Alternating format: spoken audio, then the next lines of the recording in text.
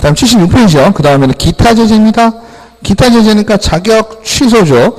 자격 취소나 자격 정지나, 그죠? 자격 취소는 아까 말씀드린 대로 어때요? 소속 공인중개사, 사장님, 개업 공인중개사 다 해당이 되는 거죠? 해당이 있는 거. 자격 취소는 그나마 좀 쉬워요. 그죠? 자격 취소가 되는 건 몇 개 없어요. 그러니까 우리가 중개업 하다가 자격 취소되는 경우가 솔직히 많이 있을까요? 없을까요? 크게 없어요. 그죠? 우선 기본적으로 우리 입장에서 본다면 부정한 방법으로 자격증을 취소한다. 이건 뭘까요? 컨닝도 있을 수 있고요.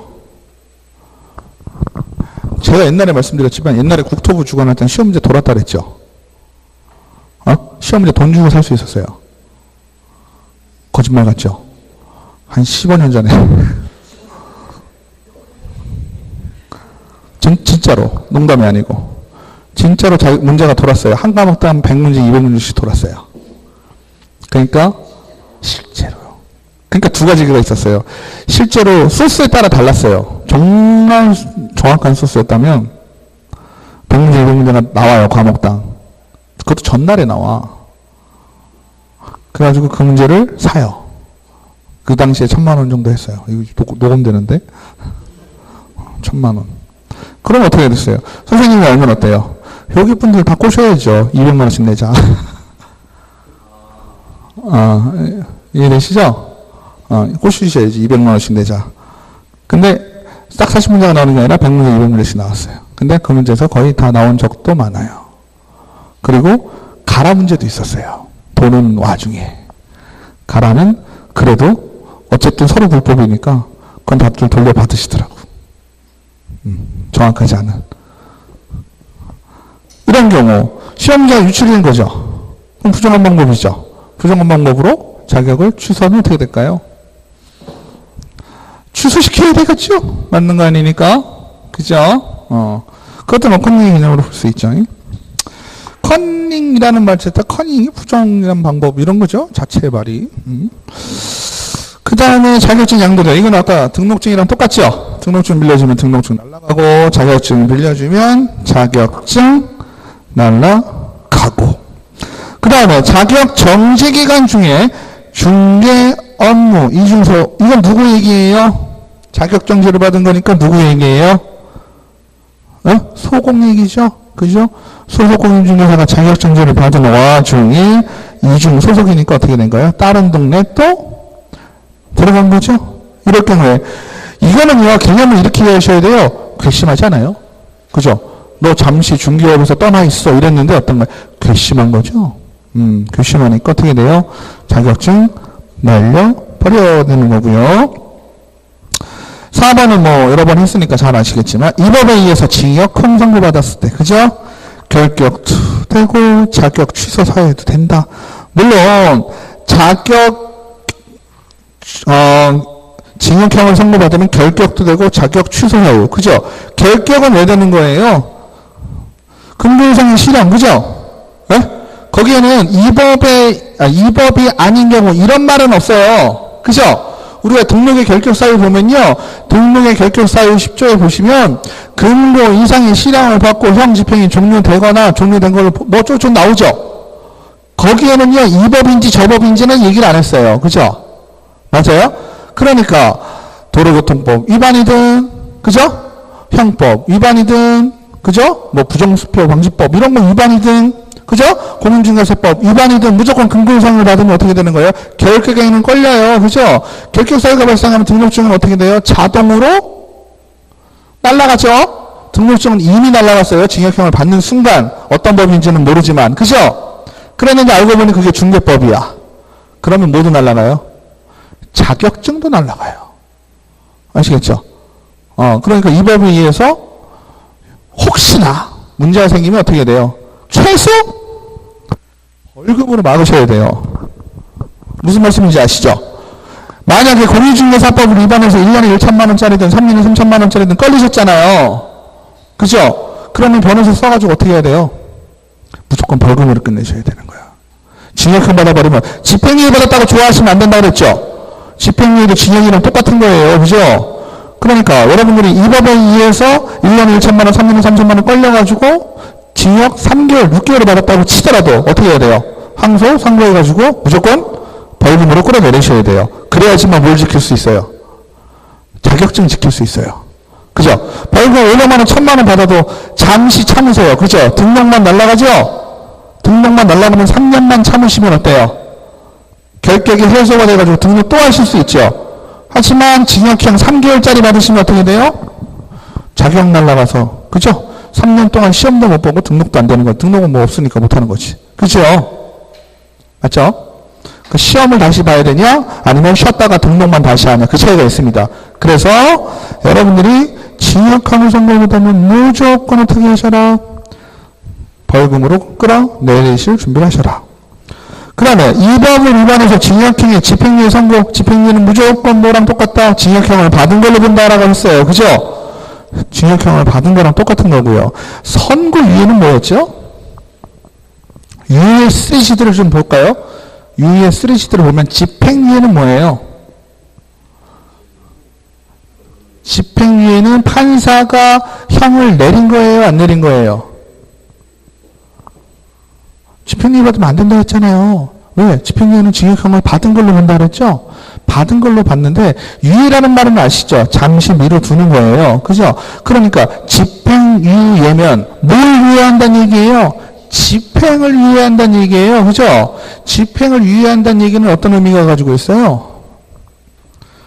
죄를 지어서 형을 받은 거는 맞지만 그 형에 대한 집행을 잠시 미뤄준다죠? 그러면 그 형은 뭐예요?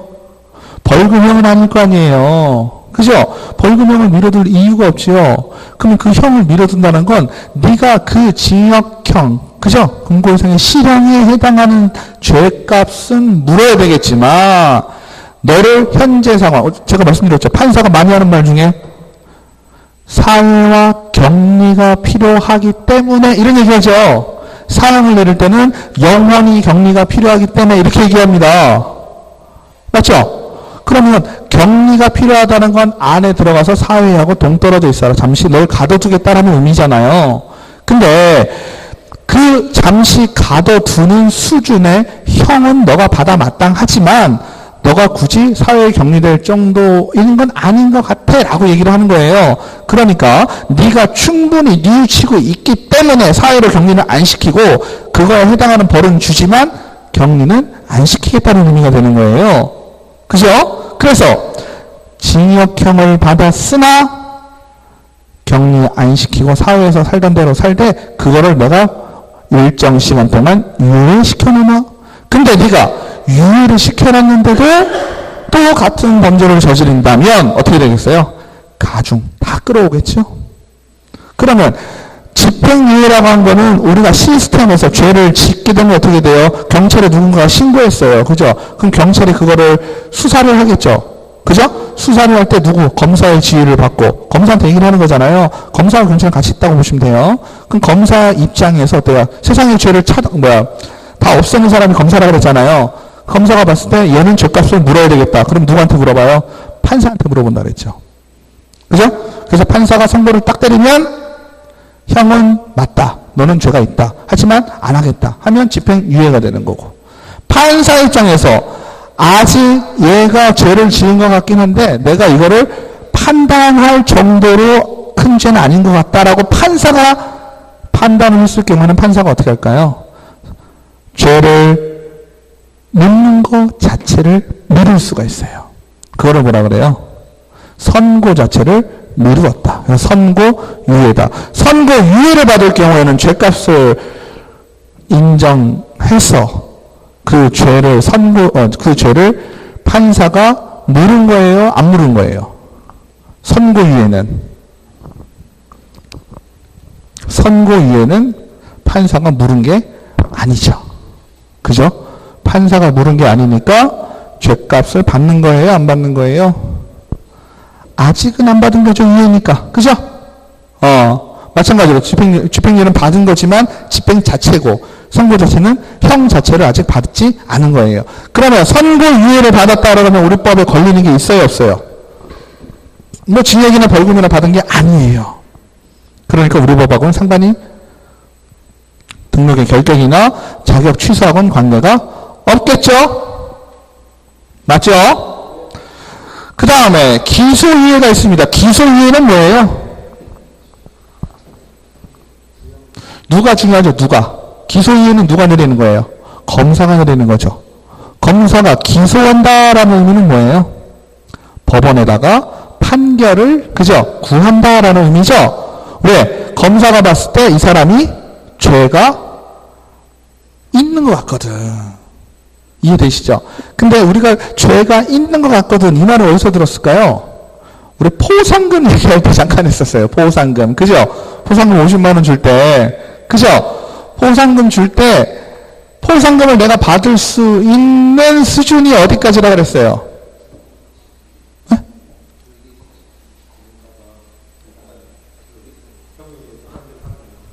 그죠? 판사는 실질적인 형을 집행하는 사람이지만 그 사람이 죄가 있다 없다라고 우선적으로 추정하는 사람은 검사라 그랬죠.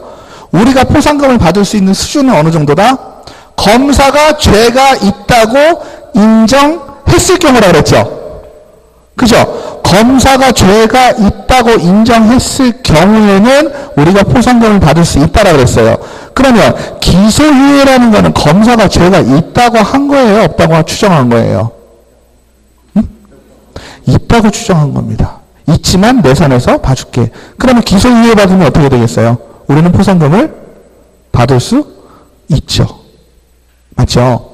근데 아까 선고유예 같은 경우는 죄값이 정확하게 나왔다 그랬어요? 안 나왔다 그랬어요? 안 나왔다 그랬죠. 예를 들어서 뭐 선고유예까지 갈 거 없이 법원에서 무죄 판결을 받았어요. 내가 신고해가지고 포상금 예, 무등록이라고 신고했는데 법원에서 얘는 무죄다 라는 선고를 내렸어요. 그러면 포상금 받아요 못 받아요? 그래도 받습니다. 왜? 아까 누구 선에서? 검사 선에서 죄가 있다고 했을 때 우리 포상금 받는다 그랬잖아요. 판사가 어떻게 판단할 건 이게 중요한 게 아니에요. 우리 그 포상금 받을 때는. 그죠? 포상금을 받을 때는 검사가 죄가 있다라고 생각하면 받은 거예요. 그러면 검사가 죄가 없다라고 하는 것은 뭘까요? 불기소나 무혐의 처리. 이건 누가 한다? 검사가 하는 거예요. 검사가 봤을 때 죄가 없네. 불기소에다가 무혐의. 이거를 했단 말이에요. 이럴 경우에는 포상금을 못 받아요. 판사가 무죄라고 했어도 받는데 검사가 불기소나 무혐의 처분하면 못 받는다. 아시겠죠? 그 다음에 구속하고 불구속은 아시죠? 요즘 말이 많이 나오는데 잘 모르시는 분은 불구속되면은 쟤는 살려준 거고 구속되면 쟤는 죽인 거야. 그렇지 않아요? 구속이라는 건 뭘까요? 몸을 구속한다라는 의미는 몸을 속박한다 뭐 이런 거잖아요. 몸을 좀 핍박한다 뭐 이런 개념이잖아요. 즉 어떠한 사건에 대해서 수사를 하는데 어떻다는 얘기예요? 구속 수사면 걔를 가둬놓고 수사를 하는 거고 가둬놨다고 해서 걔가 죄가 있는 거예요 없는 거예요? 없는 겁니다. 무죄 추정의 원칙에 의해서 아직 죄는 몰라요. 하지만 죄가 있는 것으로 사료돼서 그죠? 그럼 구속인지 불구속인지는 누가 결정할까요? 판사가 하는 겁니다. 그죠? 판사가 봤을 때 쟤는 죄가 좀 있어서 도주의 우려가 있거나 증거 인멸의 우려가 있어 이럴 경우에 어떻게 다 구속을 시켜버리는 거죠. 그래서 우리가 일반적인 상식으로 구속이 됐다라 그러면 어떻게 해요? 판사가 어느 정도의 판단을 좀 했다라고 보잖아요. 그죠? 그래서 사회적으로 봤을 때 구속되면 어떻게 돼요? 거의 쟤는 죄값을 치르겠구나 라고 예상을 하잖아요. 그래서 구속이 안 되면 우병우를 왜 안 해? 뭐 이러는 거 있잖아요. 아니에요? 맞죠? 최순실, 박근혜 다 들어갔는데 우병우는 몸빼기야 뭐 이런 느낌? 그리고 박근혜는 안 되죠. 박근혜 전 대통령은 아유 저 사람이 무슨 도주의 우려가 있고 증거인멸의 우려가 있냐고 구속을 시켜 또 이러죠. 그죠? 어쨌든 지금 그런 상황일 경우 구속 불구속 얘기를 하는 거고 우리가 중요하게 생각해야 되는 건 검사 수준에서 아까 포상금 얘기는 그렇고 지금 얘기는 뭐예요? 징역형 받았을 때 그죠? 형을 받았을 때는 판사에 뭐가 있어야 돼요? 반드시 판사의 판결이 있어야 되는 거죠. 쉽게 얘기하면 그죠? 벌금형이든 징역형이든 판사의 판결이 있어야 된다라는 겁니다. 그 다음에 자격정지는 누구에 관한 얘기일까요? 소속 공인중개사죠? 자격정지는요, 자격 취소가 되면 나머지는 다 자격정지. 이건 뭘까요? 소속 공인중개사의 자격정지라고 나오면 위에 보면 자격 취소가 뭐예요? 자격정지 기간에 중개 업무 했잖아요. 다시 말씀드리면 뭐예요? 자격 정지가 되는 사유, 자격 취소가 되는 사유, 이거는 해당 누구예요? 소속 공인중개사죠? 아까는 어땠어요? 뭐 등록 취소, 업무 정지 뭐 이렇게 복잡하게 왔지만, 지금 얘는 좀 간단하다고 볼 수 있는 게 뭐예요? 뭐에 관련된 거니까? 소속 공인중개사 그 사람만 관련된 거잖아요. 이해되시죠? 아까는 대상이, 그죠? 개업공인중개사, 소속공인중개사 다 될 수 있었잖아요. 등록일 경우에는 뭐 개업밖에 안 되지만 이쪽으로 오게 되면 그죠? 과태료나 이런 거 다 헷갈릴 수 있는 부분이 많고 종류가 많잖아요. 근데 자격정지다, 자격 취소다라는 얘기가 나와버리면 어떻게 되는 거예요? 자격 취소는 소공 같이 개공이지만 소속공인중개사만 얘기하는 자격정지에 대해서는 그죠? 소속공인중개사가 자격 취소되는 경우는 뭐밖에 없어요?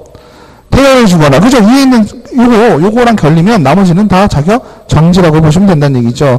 그리고 왜냐하면 뭐가 없으니까요. 등록 취소는 관계가 없잖아요. 소속 공인중개사는. 그죠? 그러니까 소속 공인중개사에 위반하면 뭐가 있을까요? 이중 소속, 그죠? 이중 등록 아니죠. 이중 소속이에요. 얘는 무조건 소속이죠. 그 다음에 인장 등록, 등록하지 아니한 인장, 이중계약서, 당의 행위를. 왜? 아까 이중계약서 같은 경우는 어디에 붙었어요? 임의적 등록 취소 사항이었잖아요. 그죠? 근데 얘는 등록이 있어요? 없어요? 없죠? 그러니까 뭔가 문제가 발생하면 웬만하면 다 뭐가 있어요? 그냥 자격정지겠지 뭐. 그죠? 그래서 소속공인중개사에 대한 거는 어떻게 보면 조금 중요하다고 떨어질 수도 있겠죠. 이거는 뭐하고 비교하시면 아주 편해요? 앞에 얘기한 업무정지. 그죠? 개업공인중개사의 업무정지하고 거의 비슷하겠죠. 수준으로. 꼭 비슷하게 줘야지. 그죠? 따로따로 주면 안 되니까. 그죠? 근데 달라진 건 뭐예요? 이중계약서 같은 경우는 앞에서는 임의적 등록 취소였지만, 그죠? 소속공인중개사는 자격 정지고, 그러면 금지행위, 확인설명서 뭐 다 나오네요. 그죠? 그죠? 금지행위하고 이중계약서는 앞에서는 임의적 등록 취소 사유였는데, 소속공인중개사한테는 뭐가 되는 거예요?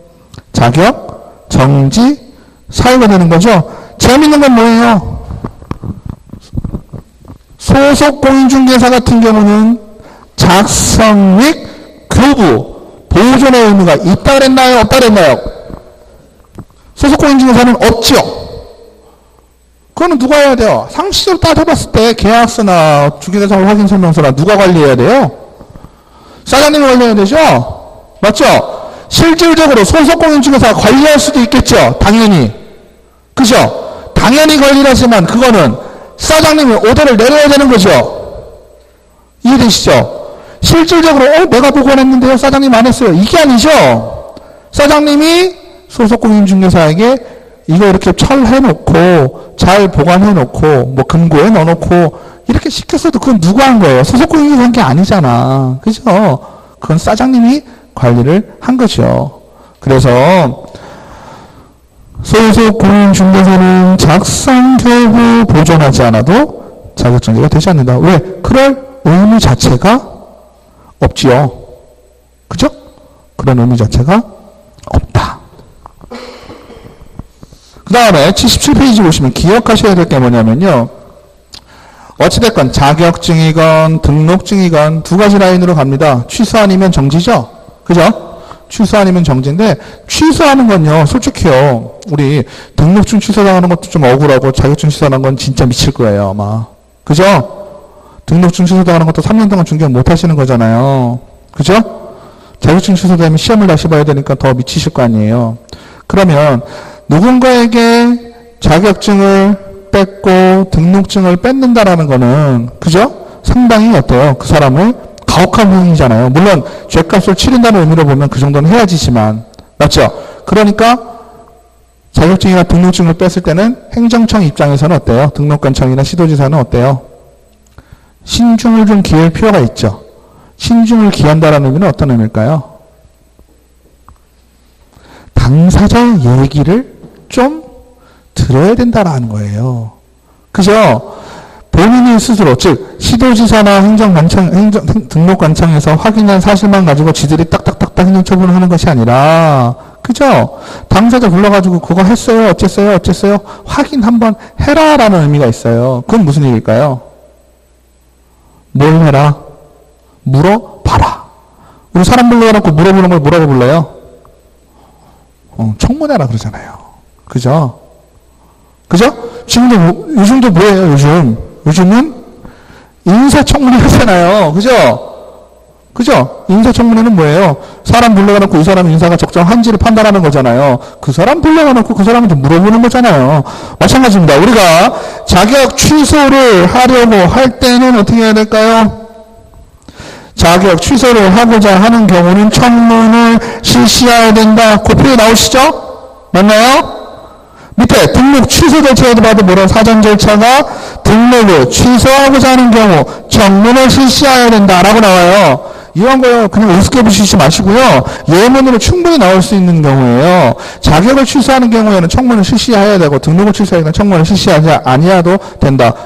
이렇게 나와버리면 쭉 읽어보면 왠지 자격은 중요하고 등록은 조금 덜 중요할 수도 있잖아요. 지금은 그런 문제가 나와 이러시겠지만 그럴 수 있는 소지가 좀 있어요. 왜 그럴까요? 정지는요 달라요.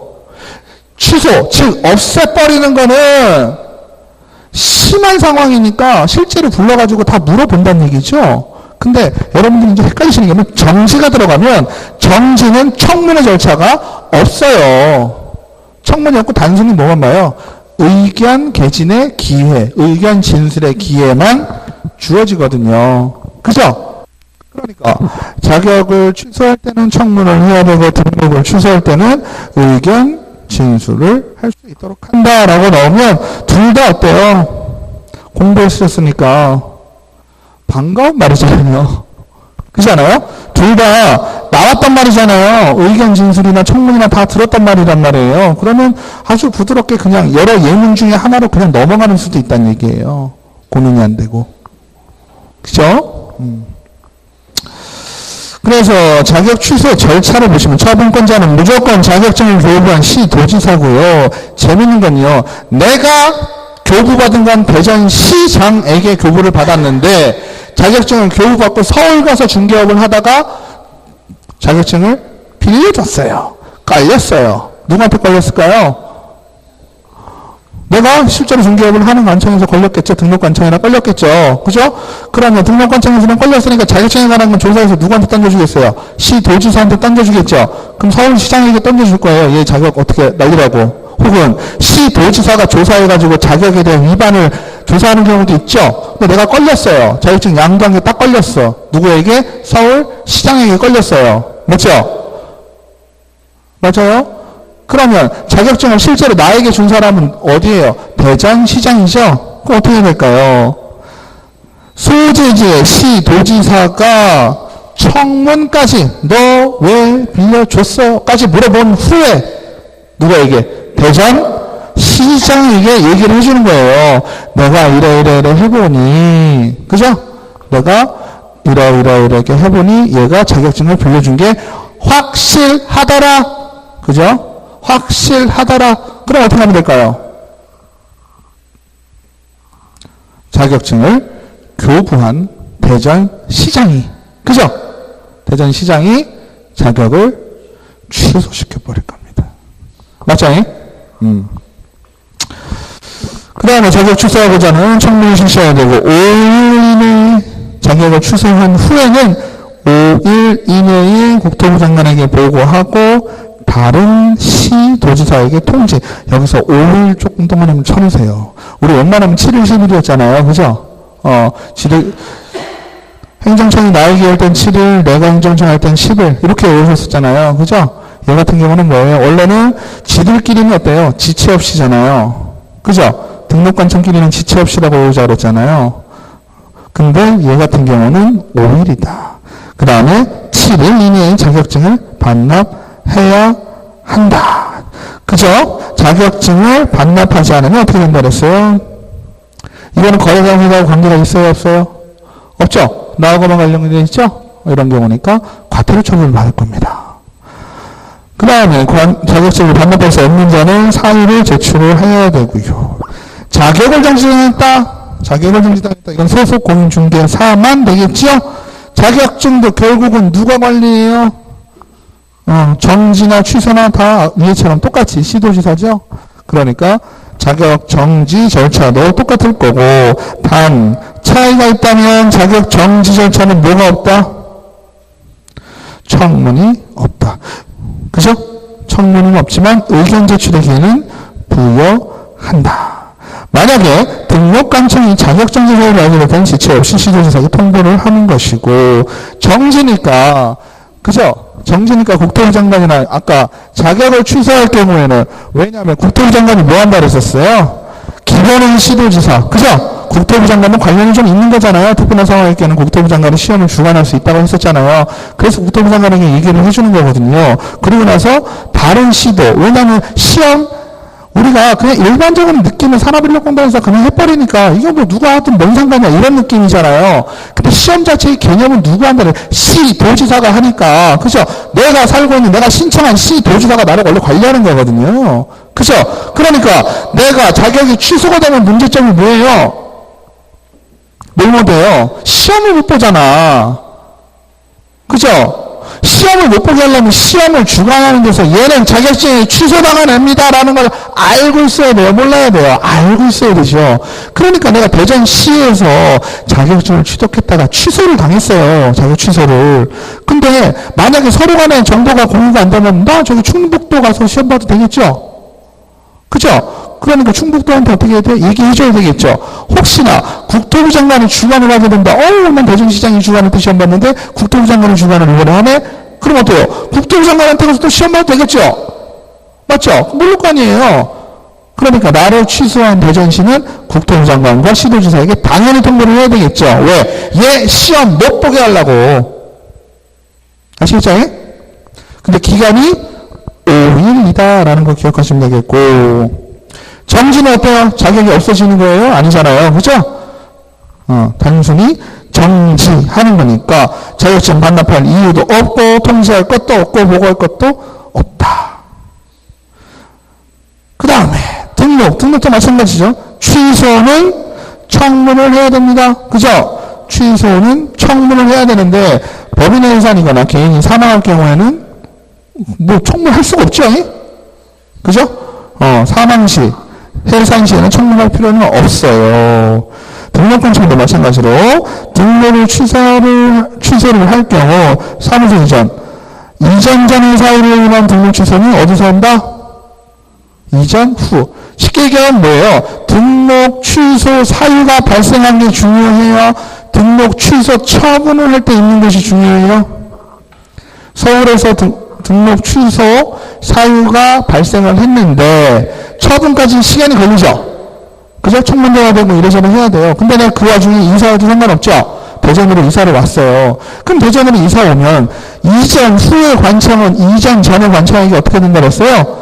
모든, 그죠? 행정 처분을 받았다라든지 행정 처분에 대한 조사를 하고 있는 서류를 다 대전으로 송부하게 돼 있죠? 그죠? 송부해달라고 요청하게 돼 있단 말이에요. 그러니까 그 서류가 다 오면 서울은 어때요? 서울이 아니죠. 서울 강남구. 서울 강남구는 어때요? 속이다? 시원하죠? 왜? 자기가 조사하던 건 마무리 안 줘도 되는 거잖아요. 그래서 수습을 누가 해주는 거예요? 이전 후의 관청에서. 즉 서울 강남구에서 중개업을 명의를 하고 있는데, 그죠? 등록 취소, 등록증을 양도되어 했다라고 칠게요. 그죠? 그 사유가 발생을 했는데 그 와중에 어떻게 한 거예요? 대전 서구로 이사 간 거예요. 그러면 대전 서구청장은 강남구청장에게 야, 너 얘한테 행정처분 내린 거 라든지, 그죠? 처음에 등록했던 서류라든지 이런 것 좀 나한테 다 보내, 이런 거죠. 그러면 강남구청장이 서구청장에게 보냈어요. 보내서 서류를 서구청장이 확인을 해보니 어라? 얘가 지금 등록 취소 사유, 등록증 양도대여로 조사를 하고 있는 중이었구나 라는 걸 알겠죠? 그럼 조사를 누가 해요? 그죠? 조사를 서구청장이 더 다시 하겠죠. 아니, 전달을 받거나 해서 취소 처분을 누가 내리는 거예요? 대전 서구청장이 취소 처분을 한다. 그죠? 아까랑은 조금 다르죠? 자격증 같은 경우는 어땠어요? 자격증은 조사나 이런 거는 현재에서 다 하지만 애초에 그자에게 자격증을 준 사람에게 통보를 해서 거기서 취소를 시킨다 그랬었잖아요. 맞죠? 근데 등록증은 어때요? 이전 후에 관청, 조사 중일 때 이사를 가면 이전 후에 관청에서 행정처분, 즉 등록 취소를 한다. 아시겠죠? 여기 글씨 뭐라고 되어 있어요? 이전 전 등록 관청이 쫓아가서 하는 것은 아니다. 즉 이전 전에 등록 관청이 어디예요? 서울 강남구죠. 강남구에서 대전 서구로 쫓아가서 하는 것은 아니다. 그래서 거기에 뭐라고 써 있어요? 추노가 아니다. 그죠? 안 아시는 분은 모르시는 건 아니잖아요. 추노 아시죠? 추노. 네? 추노가 노비 쫓는 사람은 추노잖아요. 노비 추적하는 그 옛날에 드라마 했던 거 아니에요? 제가 못 봤는데 내용을 본 것 같은데. 그죠? 그러니까 추노처럼 대전으로 도망갔다고 대전까지 쫓아와가지고, 그죠? 대전에 있는 사람에게 맡긴다라는 거죠. 그 다음에 등록 취소를 하려면 등록 자체는 누구의 소관이에요? 등록 관청의 전적인 소관이죠? 그죠? 자격증 같은 경우는 좀 복잡했던 얘기죠. 시도였었는데 국토부상관하고 시도가 있었지만 등록 취소는 등록은 전적으로 등록 관청에 대한 얘기니까 보고 통지는 없고요. 7일 이내에 등록증 반납해야 되고요. 법인의 회사일 경우, 아까 개인일 경우 사망하면, 그죠? 반납할 게 있다 그랬어요? 없다 그랬어요? 그냥 없다고 그랬었잖아요. 그죠? 근데 법인일 경우에는 없는 게 아니잖아요. 개인이 사망하면 없는 거죠. 법인은, 회사는 그 대표자였던 사람이 있기 때문에, 법인의 회사일 경우 등록 취소에 대표자였던 자가 7일 이내 등록증을 반납을 해야 되고요. 사유서 제출 규정은 없고, 사망 시 세대를 같이 하는 데 등록증 반납 규정도 없습니다. 세대를 같이 하는 건 아들이나, 그죠? 남편이나, 아내나, 이런 사람들이 등록증을 반납해야 되는 규정은 법인과 비교해서 없다는 뜻이에요. 아시겠죠? 그러니까 사망 해산일 경우에는 해산일 경우만 대표자이었던 자가 7일 이내에 반납해라. 그죠? 업무정지 절차도 자격정지랑 비슷하겠죠. 등록 취소의 처분권자와 내용이 동일하다. 다만 분사무소의 업무정지도 주된 사무소에 등록관청이 한다는 것도 추가됨. 즉 분사무소의 업무정지도 등록관청에서 다 하겠지 아예? 그 다음에 법인 또는 분사무소별로 업무정지가 가능하다. 아시겠죠? 네? 이거 좀 중요할 수 있어요. 분사무소별로 업무정지가 가능하다. 그거에 대한 처분은 항상 어디? 법인은 무조건 처분 얘기, 등록관청 얘기 나오면 어디? 주된 사무소의 등록관청이에요. 네? 붙고 따지고 하실 게 없어요. 주된 사무소 또는 분사무소, 이게 무슨 얘기일까요? 업무정지가 아니고 법인 또는 분사무소별로 업무정지는 가능하다. 이게 무슨 얘기죠?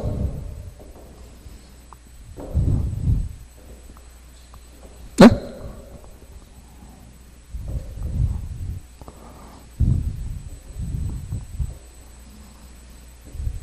법인 또는 분사무소별로 업무정지가 가능하다는 것은 법인의 어떤 얘기예요? 법인 자체, 주된 사무소의 업무정지가 맞았다라는 것은 법인에 맞았다라고 보는 것이고요. 네? 그러니까 주된 사무소 업무정지 맞고 분사무소 업무정지 안 맞고 이게 아니라, 아시겠죠? 법인에 맞으면, 주된 사무소가 맞으면은 분사무소도 어떻게 되는 거예요? 다 업무정지죠. 그죠? 주된 사무소가 날아갔으니까, 업무정지 당했으니까. 그죠? 그러니까 법인이 받거나, 그러니까 법인 전체가 받거나 아니면 분사무소가 맞거나 이거지. 지금 두 번째 얘기 XPP에서는 건 뭐예요? 서울 강남에 있는 데는 업무정지인데 분사무소는 살아있다. 이 개념은 없다는 얘기죠. 되시나요? 그러니까 주된 사무소가 받았다라는 건 법인이 받았다는 의미로 맞으시면 되는 거예요. 그래서 위에 법인이 받았다라는 건 법인은 전체죠. 주된 사무소, 분사무소가 업무정지를 다 맡거나, 그죠? 아니면 분사무소만 정지를 맡거나, 그죠? 근데 주된 사무소 업무정지, 분사무소 업무정지 아닌 거, 이건 없다는 얘기예요. 주된 사무소가 업무정지를 맞으면 법인이 맞은 걸로 보기 때문에 전체 다 업무정지고, 그죠? 되시죠? 다시 우리가요 주된 사무소가 있고요, 각 분사무소가 이렇게 있잖아요, 그죠? 우리가 얘를 전체를 묶어서 뭐라고 표현합니까? 중개 법인이라고 표현하죠. 맞죠? 맞나요? 그러니까 이 법인 자체가 등록은 여기서만 가능한 거죠, 그죠? 법인 자체가 업무정지 사유가 발생을 했다라고 치면, 그죠? 법인 자체가 전체가 다 맞던가, 그죠? 아니면 분사무소의 잘못으로 인해서 분사무소만 걸렸으면 분사무소는 업무정지가 되고, 그죠? 여기는, 그러니까 영업으로 따지면 여기는 영업을 안 하고, 그죠? 이건 가능하다는 얘기예요. 근데 그 와중에도 당연히 여기는 가능한 거죠. 근데 여기는 영업을 못하고, 여기도 못하고, 여기는 가능하고, 이런 경우는 없다란 얘기지.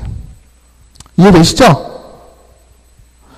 법인 전체가 맞거나 아니면 분사무소만 맞거나지, 주된 사무소 맞고 여기 안 맞고 이런 개념이 아니란 얘기입니다. 아시겠죠? 모르시는데? 헷갈려요? 그러면 잘 보세요. 우리가요, 하나은행이에요. 그죠? 하나은행이 정말 큰 잘못을 했어요. 그죠? 하나은행이라는 법인 자체가 하면 어떻게 돼요? 분사무소 지점까지도 다 영업정지 맞을 수 있죠. 이해되세요? 이해되시죠? 하나은행 본점에서 잘못을 했어요. 그러면 법인 전체에다가 업무정지를 때려버리잖아요. 그러면은 대전, 부산에서는 지점까지도 다 업무정지가 자동으로 들어가죠. 그거는 법인 자체가 업무정지를 맞은 거죠. 맞나요? 근데 법인 자체가 업무정지를 맞았다는 거는 뭐 거의 주된 사무소의 문제일 거 아니에요. 근데 주된 사무소는 업무정지를 시켜놓고 서울대고 부산은 운영을 할 수 있게 하는 경우는 없단 얘기죠. 하지만 예를 들어서 하나은행 부산 지점에서 아주 큰 사고가 발생을 했어요. 그러면 어떻게 돼요? 지점, 우리가 중개법하고는 관련이 없지만 그럴 경우에는 뭐 어떤 처벌을 내면서 그럼 너네 그 지점 없애버려, 이렇게 할 수도 있죠. 맞죠? 비슷한 개념을 어떻게 한다는 얘기예요. 그래, 너가 본사에서 한 건 아니지만 그 지점에 있는 자의 실수로 인해서 그 지점은 없애버리든지 그 지점을 업무정지 3개월 하든지 네가 알아서 해, 이렇게 처분을 내릴 수가 있잖아요. 맞죠? 이해되시죠? 하나는 전체를 얘네가 잘못해서 과징금을 때리고 업무정지를 시키던가, 그죠? 아니면 그 지점, 부산 지점에서 잘못했으면 부산 지점은 업무 폐쇄시키든지 영업 정지시키든지 하게 할 수는 있잖아요. 근데 서울에 있는 하나은행은 업무정지인데 밑에 지점은 돌아간다, 이런 경우는 별로 없을 거란 얘기지. 중개법에서도 지금 이 얘기하는 게 그런 개념으로, 그죠? 주된 사무소는 영업을 못하고 다른 데는 영업을 하고 이런 케이스는 없다. 자, 그 다음에 행정 형벌이네요. 그죠? 행정 형벌은 두 가지밖에 없죠? 그죠? 중개법에서 1년에 1천만 원, 3년에 3천만 원입니다. 그죠? 그래서 3년에 3천만 원은 금지행위 걸리는, 그죠? 금지행위 7가지 중에 3가지. 뭘까요? 납치하거나 쌍방대리하거나 직거래하거나 투기하거나, 그죠? 이런 게 있죠? 그러면 무등록으로 중개법원자, 무등록은 뭐 말한 10시가 이제 얘기하면 입만 아프시죠? 그죠? 중개법에서 제일 싫어하는 게 무등록이잖아요. 무등록, 그 다음에 대여. 그죠? 대여는 1년에 1천만 원이지만, 무등록은 3년이에요. 혹은 부정한 방법으로 등록한 자, 불법적으로 등록한 자죠? 이런 자들에게는 3년에 3천만 원. 그죠? 그 다음에 딱지의 매매, 교환, 중개, 딱지, 매매를 억울하는 경우, 쌍방거래, 직접거래, 투기, 조장이, 이런 것들 3, 4, 5분은 뭐 어디에 나오는 거예요? 금지행위 나오는 거잖아요. 그죠? 맞나요? 기억 안 나시지만 금지행위 5, 6, 7번이죠. 나눴을 때. 그죠? 그래서 얘는 3년에 3천만 원이에요. 그러면 1년에 1천만 원하고 3년에 3천만 원. 제가 이거는 어떻게 구분을 하는 게 좋을까요?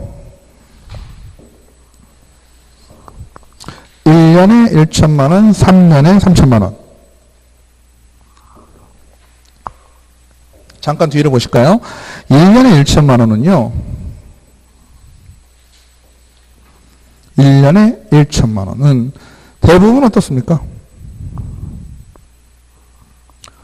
어찌됐거나, 그죠? 어찌됐거나 제도권 안으로 들어오려고 노력을 한 거예요. 그렇지 않나요? 불법이긴 하지만, 그죠? 불법이긴 하지만 제도권에 좀 이해를 좀 하려고, 그러니까 제도권에 조금 이용을 할까? 뭐 이런 느낌이 조금 있어요. 그러니까 쉽게 얘기하면 뭐예요? 1년에 1천만 원은요, 좀 덜 막 나간 거고요. 3년에 3천만 원은요, 막 나간 거예요. 이게 무슨 얘기일까요? 등록증이나 자격증을 그래도 양도 받은 자, 양도 한 자는 무슨 의미예요? 중개업을 하려면 등록이 필요하다는 걸 어느 정도 인지를 하고, 그죠? 그 법의 테두리 안에서 눈 가리고 아웅을 한 경우긴 하지만 어쨌든 법의 테두리 안에 들어오려고 한 자죠. 맞나요?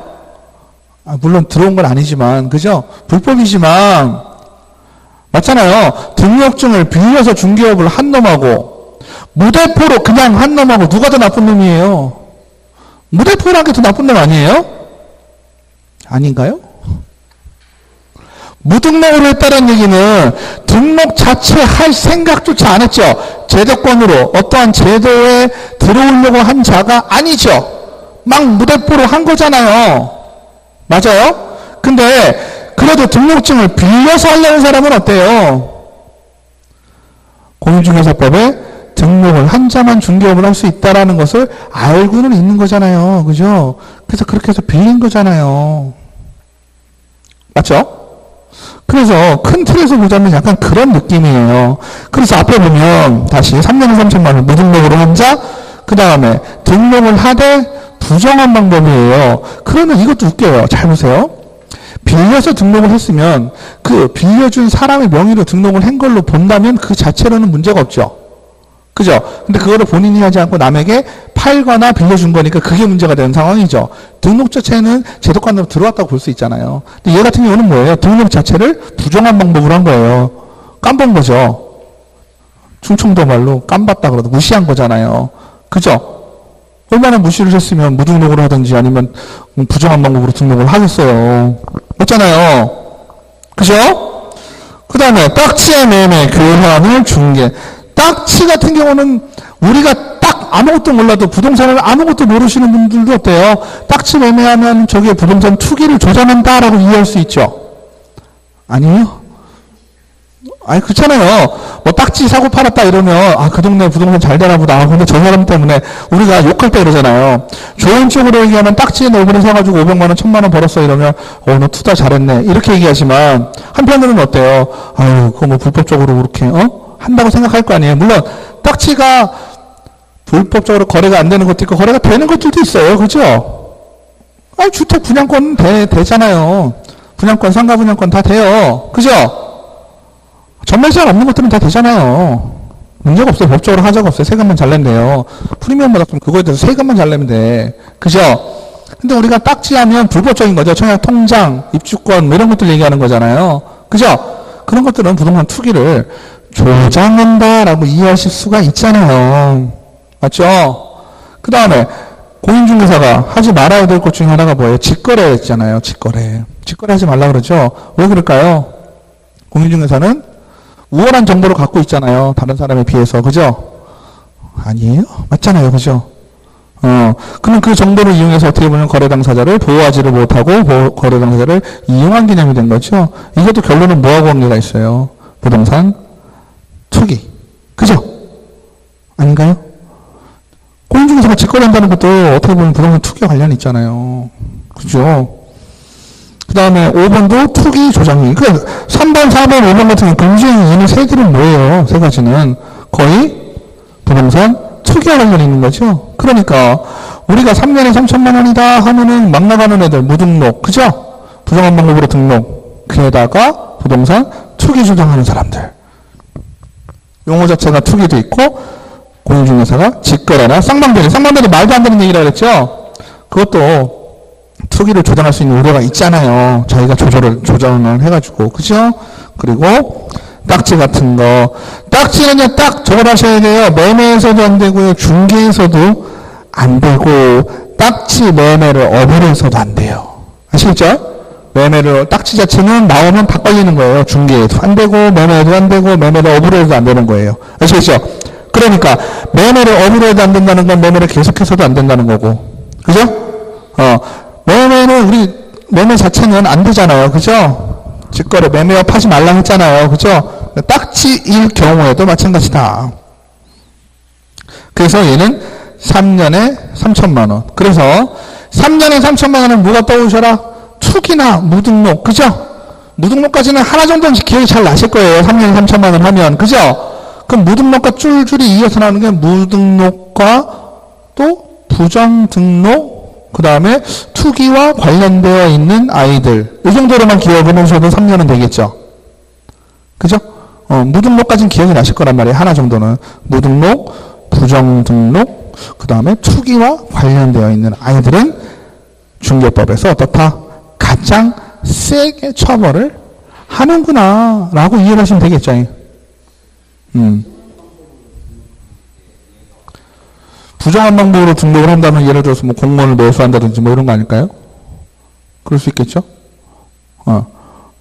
그러니까 뭐 지금 말씀하신 거는 어떻게 보면 이제 뭐 등록증 양도되어 뭐 이런 거랑 비슷하지 않냐라는 뉘앙스신 것 같은 느낌인데 그런 거보다도 그죠?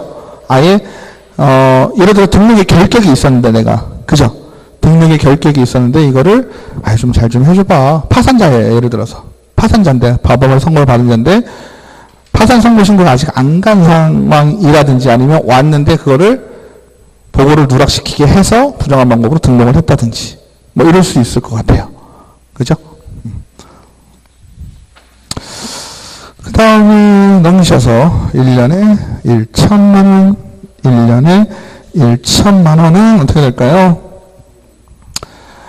3년에 3천만 원 이외의 것들은 1년에 1천만 원이겠죠. 웬만하면. 그죠? 맞죠? 근데 이건 좀 헷갈리는 게 뭘까요? 겹치는 게 좀 많아요. 이중등록, 이중소속, 이중사무소 다 어땠나요? 이중등록과 이중소속은 뭐였어요? 그죠? 그 이중소속 사무소 설치는 임치. 이것 때문에 골치 아픈 거예요. 이게 복잡한 게. 얘네들은 1년에 1천만 원을 묶이긴 하는데 그죠? 1년에 1천만 원을 묶이긴 하는데 절대적 등록 취소인지 임의적 등록 취소 사유인지 이게 이제 같이 맞물려 가지고 복잡해지는 거거든요. 그죠? 그러니까 우리가 뭐 차 같은 것도 이렇게 모드라는 게 있잖아요. 우리가 세팅을 한다 이런 개념 있잖아요. 그러니까 1년에 1천만 원, 3년에 3천만 원은 어떻게 그 개념에서 내용은 비슷하지만 나누셔야 되고요. 그러니까 그건 못 외우시니까 3년에 3천만 원은 가셔야 되는 거고 우리가 거꾸로 앞에 거랑 비교했을 때 제가 나눠드린 거 보면 거기에는 같이 써놨잖아요. 그죠? 거기에서 3년에 3천만 원, 1년에 1천만 원 행정행벌이 따로 없는 것들 있죠? 그거만 확인하시면 될 것 같아. 그죠? 아시겠죠? 어차피 3년에 3천인지 1년에 1천인지 어렵게 물어보면 1년에 1천짜리인지 3년에 3천인지 물어보고선 둘 다 아닌 경우가 있을 수 있겠죠. 시험을 어렵게 낸다면. 그죠? 왜냐면 우리가 3년에 3천짜리만 내면 나머지는 1년에 1천이라고 생각을 하잖아요. 단순하게. 근데 시험 문제를 냈는데 1년에 1천짜리가 아닌 걸 내버리는 거야. 이러면 정말 화나는 문제가 되는 거죠. 3년 3천짜리 다 외웠으니까. 무등록, 부정한 등록, 사기, 투기, 이 세 가지만 외우면 3년 3천짜리 정리가 됐잖아요. 그 나머지는 1년에 1천만이라고 갔는데, 시험 문제에서는 1년에 1천짜리가 아니었던 거야. 근데 읽어보면 다 임의적 등록 취소하고 막 이런 것들이 있단 말이에요. 그런 게 헷갈릴 수 있다는 거지. 그래서 그거는 정리를 조금 하시면 좋을 것 같고요. 그래서 보면 어때요? 이중등록, 이중소속, 이중사무소 설치, 임시, 중개, 시설물 설치. 그런데 이중계약서는 형벌이 또 없어요. 그죠? 이중계약서는 형벌이 없다는 얘기는 1년에 1천에 안 걸린다는 얘기예요. 이중계약서를 작성을 한 거는. 그죠? 이중계약서를 작성을 하면 어떻게 됩니까? 아까? 그죠? 임의적 등록 취소 사유잖아요. 그죠?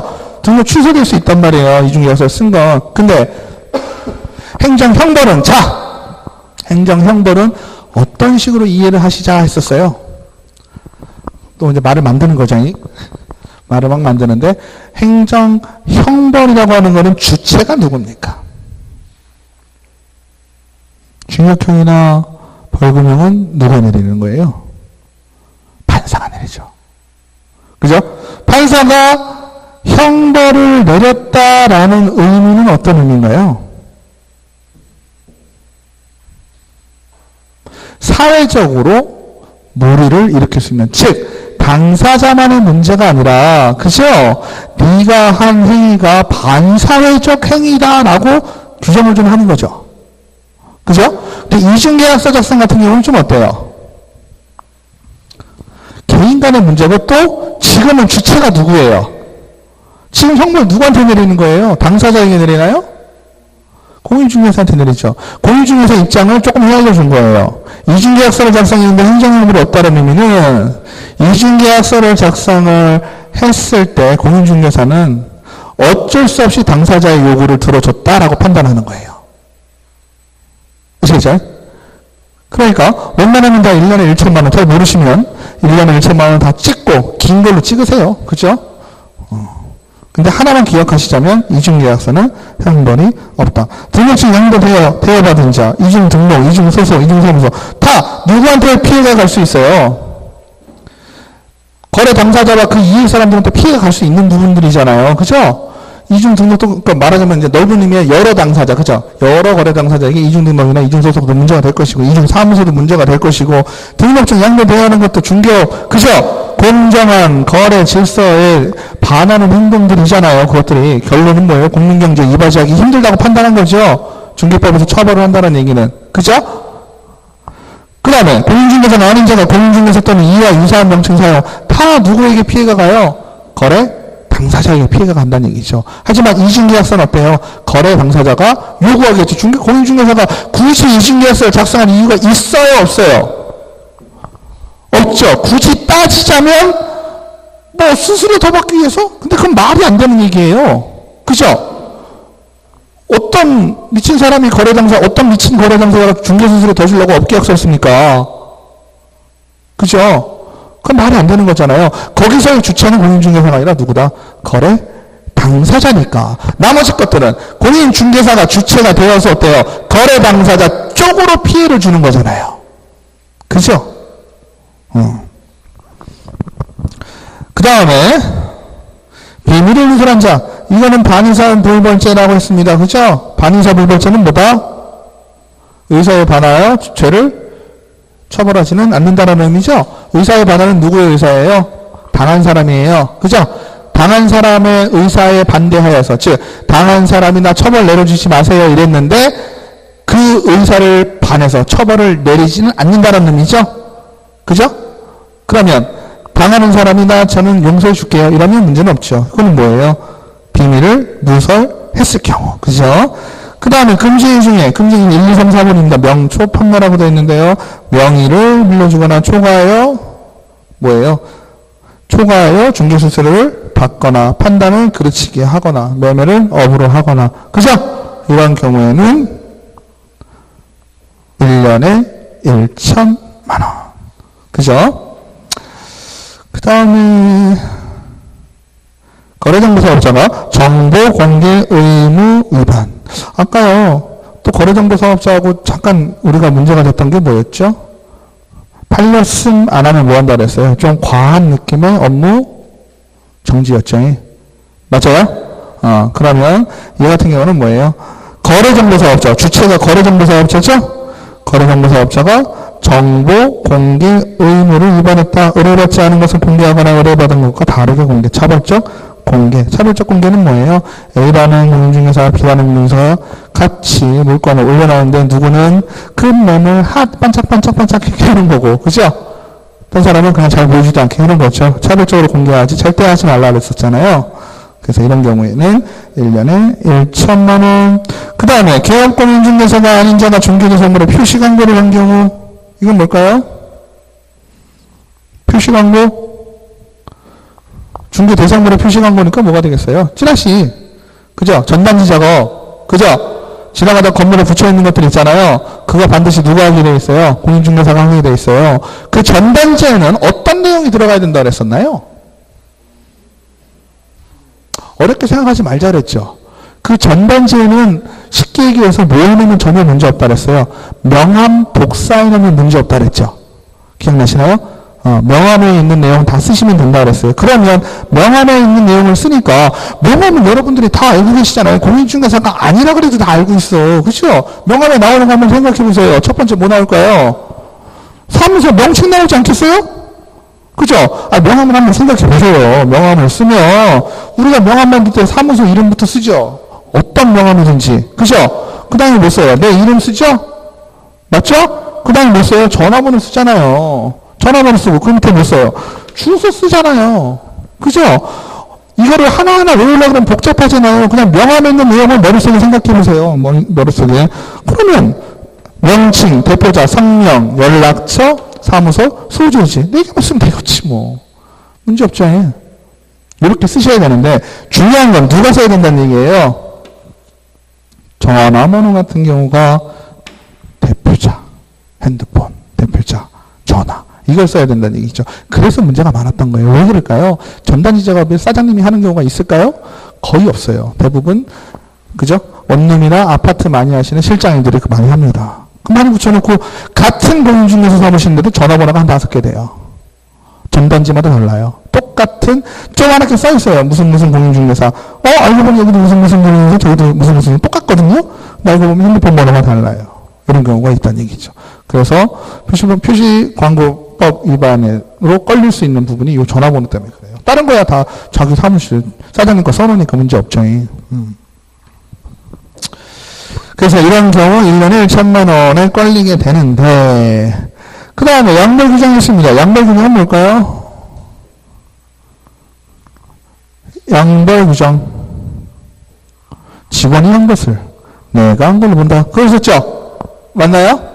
행정형벌을 직원이 받았을 경우, 그죠? 사장님도 양벌 규정에 의해서 어떻게 된다 그랬어요? 동일한 수준의 벌금형만 받는다. 징역은 안 받아요.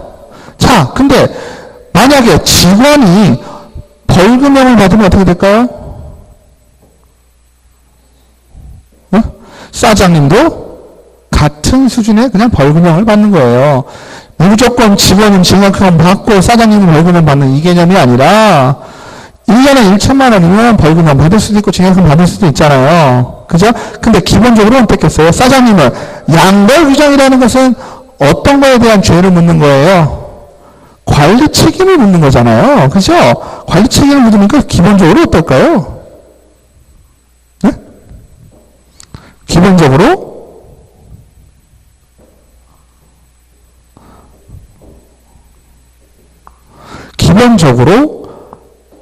당사자가 받은 형벌보다는 좀 작겠죠. 관리 책임에 대해서 묻는 거니까. 맞죠? 그러면 징역을 받았어요. 징역하고 벌금은 서로 가늠할 수가 없으니까 징역이 무조건 센 거죠. 그러니까 직원이 징역형을 받으면 벌금형을 얼마를 받든지 간에 무조건 더 약한 거고요. 같이 벌금형을 받았다 싶을 때는 사장님은 직원보다는 벌금형을 더 작게 받을 거예요. 그죠? 그리고 양벌 규정에 의해서 500만 원의 벌금형을 받았다라고 했으면 우리는 딱 문득 떠올라야 되는 게 이런 큰일 났네. 300만 원 넘어서 벌금 받으면 우리는 등록증이 날아가는데 등록이 결격사유에 딱 걸리는데 라고 생각을 하지만 실질적인 규칙 사유가 있어요? 없어요? 없죠. 그죠? 직원이 잘못한 거잖아요. 만약에 직원과 짜고 공모를 했다 그러면 이거는 양벌 규정으로 받는 게 아니고요. 당사자로서의 벌금형을 받던지 뭘 했겠죠. 그죠? 이거는 양벌 규정에 의해서 받은 거기 때문에 양벌 규정을 받았다라는 자체가 사장님은 잘못이 없다란 뜻이에요. 그죠? 그 사안에 대해서는 물론 관리 책임은 있었지만 아시겠죠? 그 다음에 그러니까 결과적으로 500만 원 받았다 손 치더라도 결격에 해당이 되는 거예요? 안 되는 거예요? 해당이 안 되는 거예요. 아시겠죠? 500만 원, 1000만 원, 2000만 원을 받았어도 결격 사유에 해당이 되지 않아요. 사장님은. 아시겠죠? 그 다음에 과태료에는 양도 규정이 적용되지 않고요. 법인뿐만 아니라 개인도 양도 규정이 적용되고요. 재미있는 건 어때요? 양도 규정은 빠져나올 수 있는 부분이 따르죠? 그죠? 빠져나올 수 있는 부분 어때요? 사장님이 항상 매일같이 어땠다? 직원에 대한 교육을 소홀히 하지 않았다. 이럴 경우에는 빠져나올 수 있는 부분도 양도 규정이에요. 그죠? 민사상의 책임, 행정처분은 어때요? 빠져나올 부분이 없어요. 아시겠죠?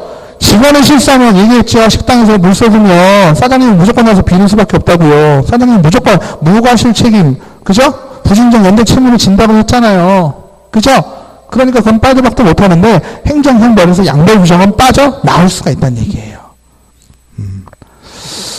자, 그 다음에 500만 원 이하의 과태료. 500만 원은 누구만 생각하시라고 그랬어요? 협회하고 거래정보사업자만 생각하시면 돼요. 그죠? 공인중개사들은 개업공인중개사와 상관이 없고요. 거래정보사업자 협회만 생각하시면 500만 원은 그때만 나와요.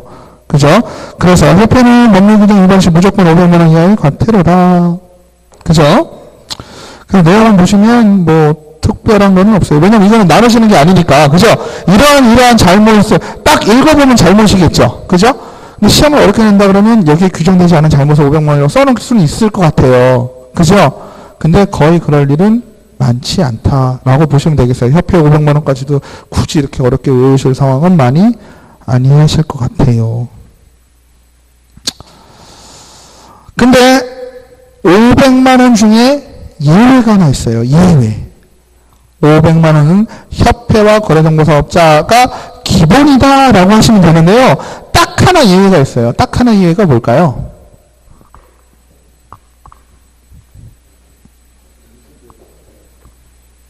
그렇죠. 연수교육도 있지만 우리가 더 많이 나올 수 있는 부분은 중개 배상물에 대해서 확인 설명을 하지 아니하거나 설명의 근거 자료를 제시하지 않았을 경우 79페이지 위에 있죠. 그죠? 이런 경우 등록감정이 부과. 이런 경우에는 500만 원. 그 다음 위에 연수교육, 연수교육을 받지 않은 개업공인중개사 및 소속 공인중개사 두 가지 정도를 외워두시면 될 것 같아요. 아시겠죠? 500만 원짜리는. 앞에 거 중요한 것보다요. 협회나 거래정보사업자는 무조건 500만 원이에요. 그죠? 그 다음에 거기에 추가해서 연수교육과 중개대상업 확인 설명 의무 있죠? 걔를 안 할 경우에는 500만 원이다. 네. 네.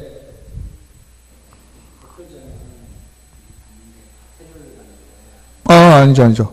벌금을 받지만 벌금이에요. 벌금. 형법상 1년에 1천만 원이니까 그거는 형법상의 벌금이 되는 거잖아요. 그래서 벌금을 맞는 거지만 그래서 그 얘기가 있는 거예요. 우리가 원래 300만 원 이상의 벌금은 등록이 결격이 되는데 양벌 규정에 의한 거는 규칙이 나 때문이 아니잖아요. 나는 감독상의 문제만 있는 거기 때문에 그것은 벌금형을 받은 걸로 보지 않아주는 것 뿐이지 실제로는 벌금이에요. 그러니까 우리 입장에서는 솔직히 어때요? 되게 좀 억울해요. 벌금은 우리가 뭐라 그랬으니까 빨간 줄 가는 거라 그랬으니까. 그죠? 그 다음에 업무정지 처분의 시효제도 업무정지 사유가 발생한 날로부터 3년이 경과할 때는 업무정지 처분을 할 수 없다. 이 얘기는 뭘까요? 우리가 시효라는 건 시효 완성이라는 건 뭐죠? 어떠한 처분을 할 수 있는 사실이 발생을 했다. 사유가 발생을 했지만 그거에 대해서 처분을 하지 아니하면 안 한 걸로 보는 거잖아요. 시효 완성이라고 표현하잖아요. 그죠? 업무정지 같은 경우는 시효가 있지만 등록 취소, 자격 취소, 자격 정지는 시효 제도가 아예 없습니다. 그러니까 5년 전, 10년 전의 사유로 자격 취소가 될 수도 있겠죠. 하지만 업무정지는 어때요? 3년이 지나면 시효가 완성이 돼요. 그죠? 3년 지나면 업무정지를 내릴 수 있어요? 없어요? 내릴 수 없다라는 거죠. 그죠? 그 다음에 행정, 제재, 처분 효과의 승계, 폐업 신고 전의 개업 공인중개사에 대한 업무정지 처분과 과태료 처분의 효과는 그 처분일로부터 1년간 재등록하는 개업 공인중개사에게 승계된다. 이 얘기는 아시죠? 이 얘기는 뭘까요? 우리가 과태료 여러 번, 그죠? 업무정지 여러 번. 이게 어때요? 폐업을 할 때 다시 해도, 자, 보세요. 우리가 업무정지 처분을 받게 되면 어떨까요? 과거 1년을 무조건 따지게 됩니다. 얘가 몇 번째인지. 그죠? 3번이 나오시잖아요. 그죠? 그러니까 얘는 업무정지를 시킬 것인지 아니면 뭘 할 것인지 처분을 정확하게 내리기 위해서는 과거 1년을 따져봐야 된다는 얘기예요. 근데 이 순간에 폐업을 했어요. 이때 업무정지 맞았는데. 업무정지는 길지 않으니까 업무정지의 기간이 이때 끝날 것이고요. 그죠? 그럼 이때 다시 재개업을 한 거예요. 재개업을 했는데 또 업무정지를 맞았어요. 그 업무정지를 맞는 순간 어때요? 폐업이든 뭐든 상관없고요. 그냥 업무정지 사유 처분일로부터, 그죠? 처분일로부터. 처분이니까 사유가 발생하고 처분이 요즘 되겠죠? 무조건 과거 1년을 따져봐서 업무정지가 있었냐 없었냐를 따지는 거예요. 그 사람 쫓아가니까 등록을. 아시겠죠? 그러니까 폐업을 했다 손 치더라도 업무정지를 받고 폐업을 하든 뭘 했던 간에 이 날짜로부터 그 전에 있었던 상황이 다 어떻게 되는 거예요? 폐업 전의 상황도 다 소급해서 쓴다. 이거는 왜 그럴까요? 나쁜 맘 먹고 하면 솔직히 폐업하는 게 어려워요? 폐업하는 거 쉽죠? 등록하기도 쉽죠? 우리는. 왜? 등록제니까. 그죠? 이게 허가제다 이러면은 웬만하면 잘 안 할 건데 허가를 또 받아야 되고 좀 불편하니까. 그죠? 근데 등록제이다 보니까 폐업하고 다시 재등록하는 게 아주 쉬워요. 그죠? 그럼 내가 폐업해가지고 업무정지 받은 사실이나 이런 것들이 다 없어진다면 사람이 웬만하면 다 폐업하고 다시 재개업할걸요? 그죠? 맞죠? 근데 폐업을 중간에 했다 손 치더라도 어떻게 된다는 거예요? 폐업 전에 맞은 업무정지에 대한 효력은, 업무정지를 받았다는 사실은, 그죠? 쉽게 거꾸로 얘기하면 뭐예요? 1년간 앞으로도 유효가 된다는 얘기예요. 네가 폐업을 하고 재개업을 하고 뭔 짓을 하던 간에, 그죠? 유효하다. 그래서 폐업 전에 업무정지 사유 위반, 재등록하는 업무정지 처분을 받을 수 있다. 이 얘기는 뭘까요? 폐업 신고 전에 업무정지 사유를 위반을 했어요. 그죠? 근데 재등록을 한 다음에 업무정지 처분을 받을 수 있다.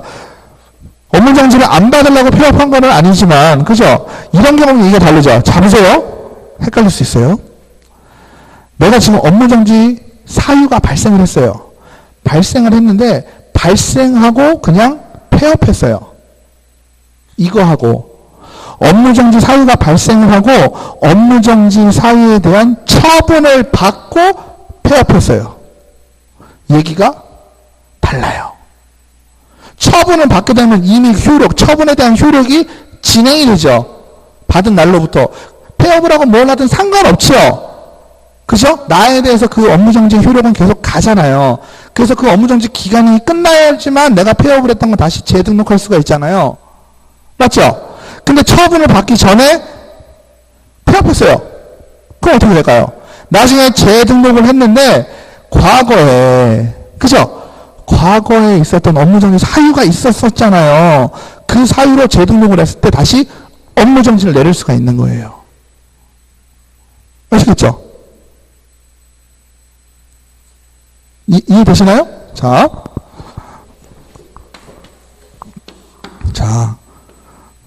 지금 2015년 7월에 업무정지 사유가 발생했어요.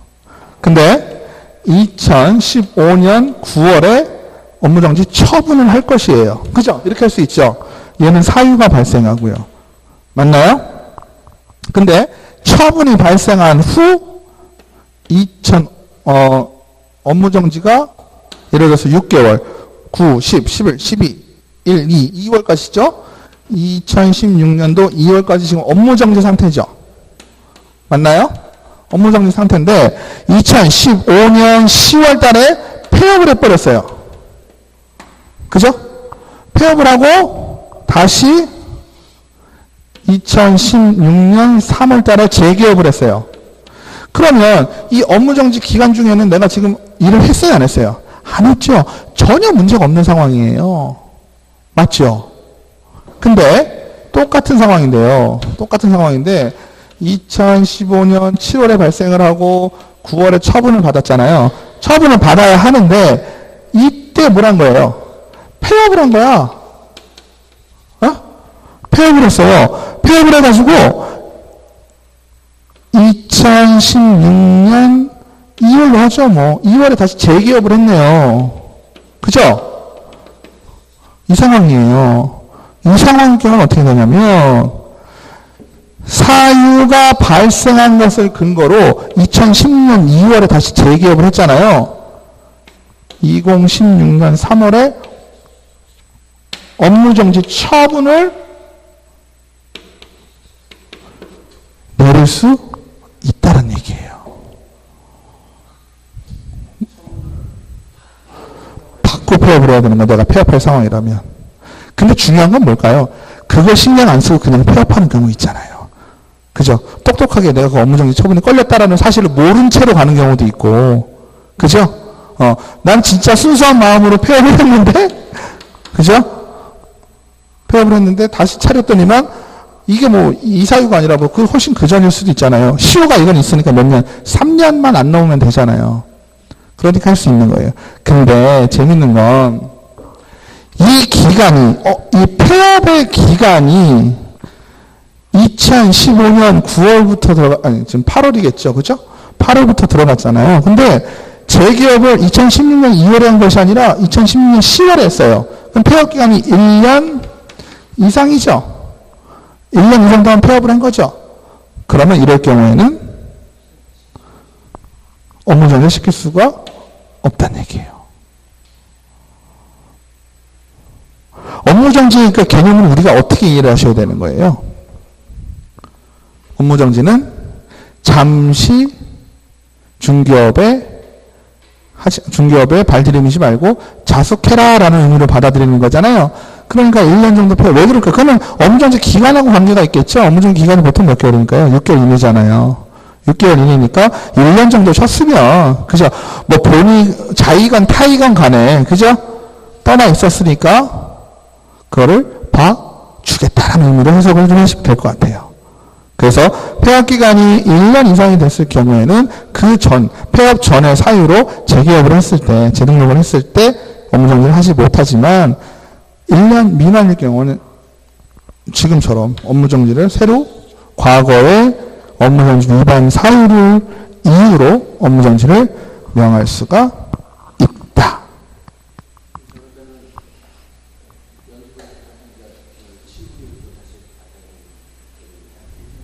일 년 지났으니까 받아야죠.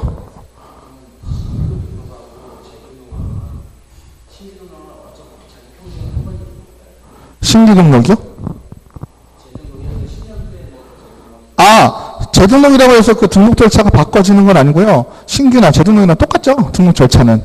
네. 근데 실무교육 이수 수료증이라는 개념을 내가 지금 폐업한 지 1년이 안 됐습니다라고 얘기를 하는 거죠.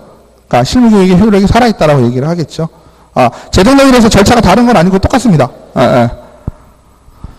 그 다음에 폐업 신고 전에 등록 취소 사유 위반, 아까는 업무정지 사유 위반이었고 등록 취소 사유 위반도 재등록한 후 등록 취소 처분을 받을 수 있다. 다만 폐업 기간이 3년을 초과. 어떨까요? 아까 업무정지는 몇 년이었어요? 1년이었죠. 왜? 업무정지 기간이 6월 이내니까 1년 정도까지 기간을 봐준 거고, 등록 취소 사유는 어떻게 될까요?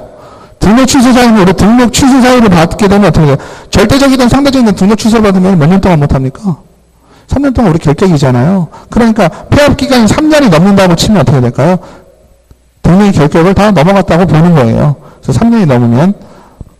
왜냐하면 취소 처분은 시효가 있어요, 없어요?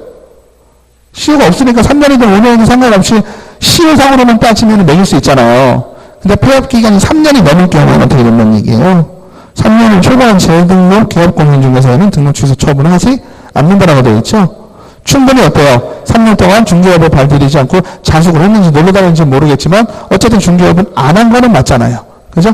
그러니까 봐주겠다. 그 다음에 폐업 기간이 2년이라면 등록을 취소한다. 그러나 3년 결격 기간, 2년 폐업 기간, 즉 이 등록 취소일로부터 1년의 결격 사유에 해당한다. 이거는 뭘까요? 등록 취소를, 좀 재밌죠? 만약에 폐업을 3년을 한 것이 3년을 넘었으면 등록 취소가 안 걸리겠죠. 그죠? 근데 폐업을 2년하고 재등록을 했는데 알고 보니까 3년 전에 등록 취소 사유가 있었던 거예요. 그래서 폐업 2년하고 재등록을 했더니만 등록 취소에 걸린 거야. 그죠? 그럼 등록 취소에 걸리면은 어떻게 돼요? 3년 동안 등록을 하지 못하죠. 근데 이 사람은 어때요, 지금? 등록 취소 사유가 발생한 후에 폐업을 2년 동안 해서 나름 중개업을 떠나 있었죠. 그거는 인정을 해주겠다. 그러니까 폐업 기간 2년 동안 폐업한 것을 봐줘서 결격을 몇 년으로 봐주는 거예요? 1년으로 봐주는 거예요. 원래는 3년인데. 이해되시죠? 그러니까 3년을 폐업했으면 문제없이 그냥 가는 거였고. 그죠? 이거 자칫 오해하면 어떻게 되나요? 2년을 폐업했는데 또 3년을 먹죠? 그러면 총 5년 동안 등록의 결격이 발생하는 게 되니까 형평성에 문제가 있다고 볼 수 있잖아요. 그죠? 차라리 1년만 폐업 더 할 걸 이러면 등록 취소가 안 되는 거니까 그냥 가는 건데. 그죠? 그러니까 형평성의 문제인 것 같아요. 그래서 등록 취소 사유가 발생을 하고 폐업을 했다라고 친다면 폐업한 기간만큼을 결격의 기간에서 빼준다 라고 이해하시면 되겠습니다. 그래서 업무정지와 자격정지의 부과기준은 국토교통부령으로 정하고 과태료 부과기준은 대통령령으로 정한다. 업무정지와 자격정지는 가중하더라도 1년을 초과할 수 없다. 자격정지에서 이중소속, 이중계약서 검증에는 부과기준이 2월이다. 나머지는 3월이고. 그리고 100만원 이하. 이런 것도 더 잘 하셔야 되겠죠. 우리 500만원 문제가 나왔어요. 만약에 협회가 뭘 했다 그럴까요? 그래서 공제사업 운영 실적을 공시하지 않았다 해서 200만원의 과태료 처분을 받았다. 맞다 틀리다? 맞다로 하셔야 되는 거예요. 왜? 우리가 지금 공부하신 거는요 500만원 이하의 과태료잖아요. 그건 상한선을 얘기하는 거지 500만원을 내라고 하는 게 아닙니다. 아시겠죠? 그러니까 협회가 운영실적을 공시하지 아니해서 200만원의 과태료를 맞았다. 맞다? 틀리다? 맞다. 벌금도 마찬가지죠? 그죠? 1년에 1천만원짜리 사유가 이중등록을 해서 걸렸어요. 그래서 600만원의 벌금을 받았다. 맞는 얘기다. 우리가 조심해야 될 건 뭐다? 이중등록을 했는데 벌금 1,500만원을 받았다. 이건 틀리다. 아시겠죠? 그거 잘 하셔야 돼요. 1년에 1천만원, 과태료 100만원. 그 다음에 과태료 500만원. 그거는 상한선을 의미하는 것이지. 그죠? 그 금액을 하라는 거는 아니다. 3년에 3천만원도 마찬가지죠. 징역형 6개월 받아도 상관없는 거예요. 3년에 3천만원짜리에도. 아시겠죠? 그래서 그것만 조심하시면 되시겠습니다. 오히려 이중소속한 소속 공인중개사가 징역 1년 2개월을 받았다. 이런 걸 잡아내셔야 되는 거예요. 아시겠죠? 그 다음에 100만원, 부동산 거래 신고 등에 관한 법률에서 3천만원 취득가의 100분의 5는 5분의 1 범위 안에서 가중도는 감경 가능하다라는 건 참고로 보시면 되겠고요. 중개항상 시 거래 당사자에게 교부에 관한 건 계약서, 확인설명서, 공제증서죠. 그 중에 계약서, 확인설명서는 당연히 업무 정지가 될 것이고요. 제가 한번 말씀을 드렸었는데 공제증서 같은 경우는 어때 그랬어요? 공제증서는 안 줘도 공제에 대한 효력은 유효하다라고 했죠. 그러니까 거래 당사자에게 피해를 주는 거예요, 안 주는 거예요? 실질적인 피해를 주는 것은 아니죠. 이런 거니까 업무정지까지 줄 건 아니란 얘기죠. 그래서 과태료 처분을 한다. 그래서 이렇게 보시면 크게 그죠? 행정처분에 관한 얘기, 행정형벌에 관한 얘기, 행정질서벌에 관한 얘기 세 가지를 정리를 하시는데 스토리가 좀 있게 이해를 조금 하시면 나중에라도 그죠? 우리 시험은 기술적으로 푸는 거니까 찍으실 때 그죠? 조금 방향성을 가지고 하면 확률이 높다라고 말씀을 좀 드리고 싶습니다. 좀 쉬었다 하겠습니다.